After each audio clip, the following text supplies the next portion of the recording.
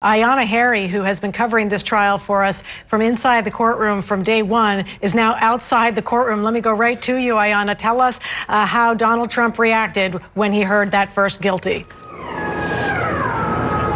Well, Annika, I want to take you back to right before Donald Trump heard the verdict. So it was just about 4:30. We were expecting the jury to be sent home for the day, but Judge Juan Merchan said they actually sent a last-minute note that they had a jury. And at that moment, I looked over at Donald Trump, and I saw him sit up straight in his chair and just stare forward. It was several minutes until the jury was brought back in. And I also noticed as each of the jurors walked into the courtroom, they did not stop or slow down. Not one of them turned to look at Donald Trump. They went straight to the jury box, took their seats, and then we heard that verdict, guilty, 34 times. After the initial verdict was read, the judge went and questioned each juror one by one. They all confirmed that guilty was indeed their verdict for all 34 counts.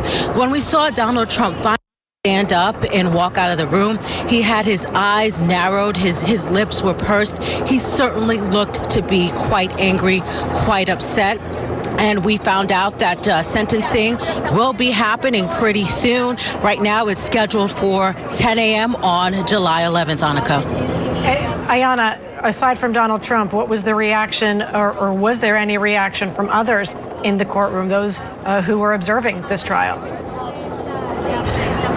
The vast majority of the people in the courtroom have been members of the press. There's only about 5 or 6 seats that have been open for the public. And all of the reporters, we were really just sort of in silence, waiting to hear this verdict. And then, as you know, we're all journalists. We were then anxious to be able to get out of the courtroom and to get down here and to share the verdict with you. I also want to mention the judge told the jury that he wants to meet with them privately, not one-on-one, but privately in the jury room to discuss the case with them. He can't discuss the details of the case with them, but he wants to discuss how was the process for them. And the judge also let the jury know they are now free to speak publicly, but they're also free to not speak publicly as well. And I want to mention one more thing. You can't see this, but right behind our camera position, there's just a line of NYPD officers walking down the block. We saw heightened security inside the courtroom right before the verdict was read, and we're certainly seeing some heightened security here outside of the courthouse right now.